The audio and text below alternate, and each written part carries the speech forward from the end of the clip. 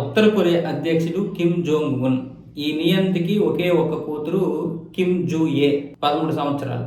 ఈ అమ్మాయి ఇప్పుడు అన్ని అధికారిక సమావేశాల్లో కూడా కనిపిస్తుంది ఈ మధ్య ఎక్కువగా. ఎందుకు అంటే ఈ అమ్మాయికి ఇప్పుడు కీలకమైనటువంటి బాధ్యతలు అప్పచెప్పే అవకాశాలు కనిపిస్తున్నాయని అంతర్జాతీయ మీడియాలోనైతే వస్తున్నటువంటి మాట. అలాగే ఉత్తర కొరియా మీడియాలో కూడా ఈ అమ్మాయి గురించి కీలకమైనటువంటి బాధ్యతలు ఫిబ్రవరిలో కానీ మార్చిలో కానీ ఇచ్చే అవకాశాలు ఉన్నట్లుగా చెబుతుంది ఉత్తర కొరియా మీడియా కూడా.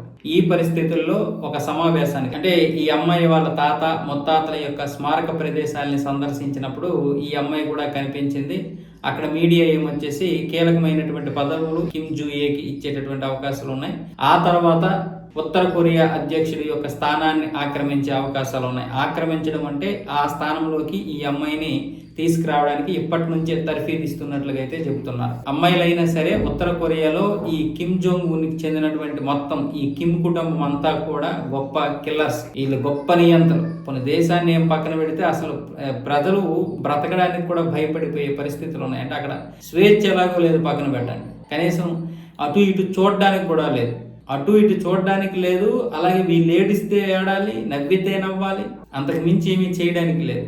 ఈ ఉత్తర కొరియా ప్రజలు ఎంత దౌర్భాగ్యమైనటువంటి పరిస్థితులు ఉన్నారంటే కొన్ని దగ్గరలా తినడానికి తిండి లేక బురద కూడా తింటున్నారు. ఆ విషయం బయట ప్రపంచానికి తెలిసినా, వీడియోలు పెట్టినా, న్యూస్లో వచ్చినా వాళ్ళకి ఇక ఉరితీత లేదనుకుంటే ఒక 100-120 కుక్కల్ని వదిలేసి వాళ్ళని చంపేయడం ఇదే జరుగుతుంది అక్కడ.